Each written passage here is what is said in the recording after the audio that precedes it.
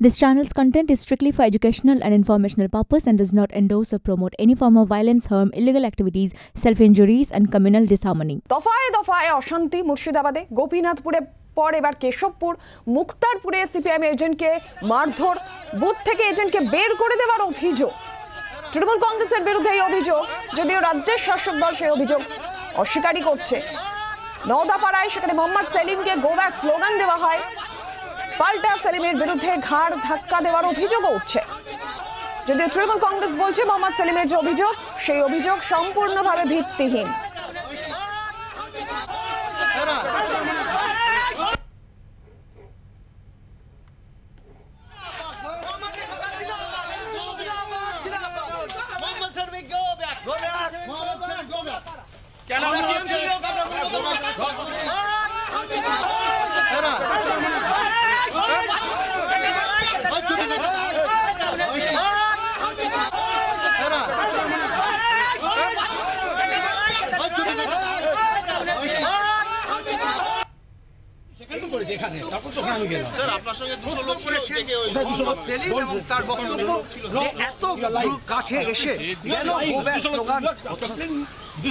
জিজ্ঞেস করি কে আছে, আমি একা মুখ করি আর একটা ইলেকশন এজেন্ট আছে, 200 দুজনকে 200 বলছেন, আর এটা দেখছেন না ওখানে যা করছে, এখানে ছিল এখন ওখানে গেল। না কেউ এখানে ছিল না, পরে এখানে ছিল, মিডিয়া ছবি তুলেছে, ভিডিও দেখো, একজন নিয়েছি এখানে তো মোহাম্মদ গাড়ি এখানে আমার সঙ্গে সঙ্গে তার গো ব্যাক স্লোগান এবং গাড়ি সামনে যাচ্ছে, গাড়ি চাওয়া করতে তো গাড়ি আটকে ছিল, এরকম ভাবে তিনজন ছিল, কিন্তু এটা তো 200 মিটার না।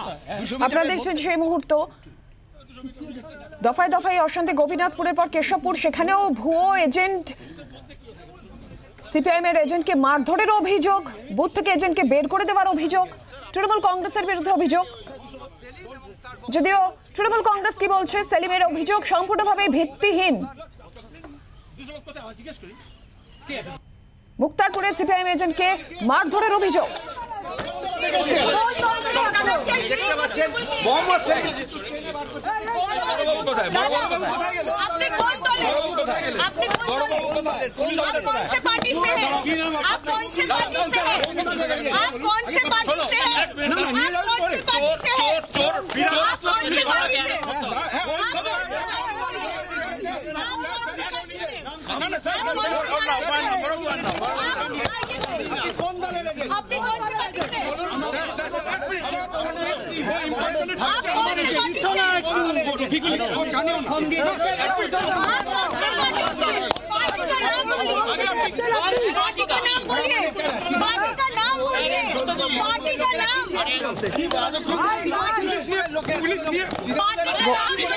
গোপীনাথপুরের পর এবার কেশবপুরেও ভুয়ো এজেন্ট ধরার অভিযোগ উঠছে, সিপিএম এজেন্টকে মারধরের অভিযোগ। মুর্শিদাবাদ জুড়ে দফায় দফায় বিক্ষিপ্তভাবে বিভিন্ন জায়গা থেকে অশান্তির খবর। সামগ্রিকভাবে এখনো পর্যন্ত মুর্শিদাবাদের ভোট চিত্রটি কি রয়েছে, অর্ণবাংশু নিয়োগী রয়েছেন আমাদের প্রতিনিধি। অর্ণবাংশু, যে ছবি আজকে মুর্শিদাবাদের বিভিন্ন জায়গায় দেখতে পাওয়া গেল, কখনো সিপিএম এজেন্টকে মারধরের অভিযোগ উঠছে, মোহাম্মদ সেলিম তিনি ভুয়ো এজেন্ট ধরছেন, তৃণমূল কংগ্রেসের বিরুদ্ধে মারধরের অভিযোগ, যদিও তৃণমূল কংগ্রেস অস্বীকার করছে। বিভিন্ন ছবি, বিভিন্ন বিক্ষিপ্তভাবে অশান্তির ছবি সামনে আসলো।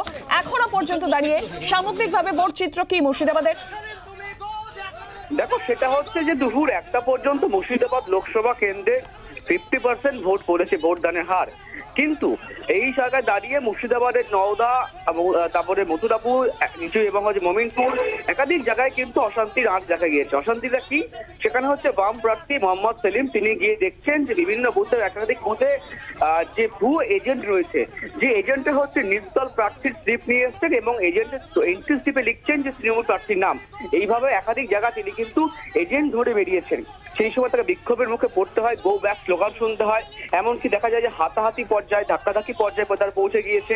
কিউআরটি টিমকে ডেকে আনা হয়, সেই QRT team, quick response team, তারা এসে কিন্তু ওই ভুয়ো এজেন্টে তারা নিয়ে গিয়েছে। এখনো পর্যন্ত 3 জন আটক হয়েছে বলে পুলিশ সূত্রে আমরা খবর পেয়েছি।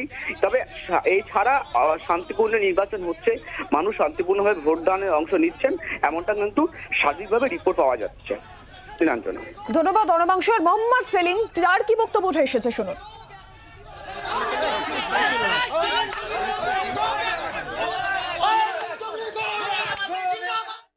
আমি ঘুরছি বলে ভোট লুট করতে পারছে না, লুটেরাদের ভয় পাচ্ছে। সে তুমি দেখেছো কে, আমি জানতে কে বলেছে, কে কি করেছে, ওসব প্রশ্ন করো না। কেন বুথের 100 মিটার আগে কেউ ঢুকতে পারে? ওখানে ঢুকেছিল, ক্যান্ডিডেট আসতে পারে, বলছে ক্যান্ডিডেট আসবে না, ও আসবে।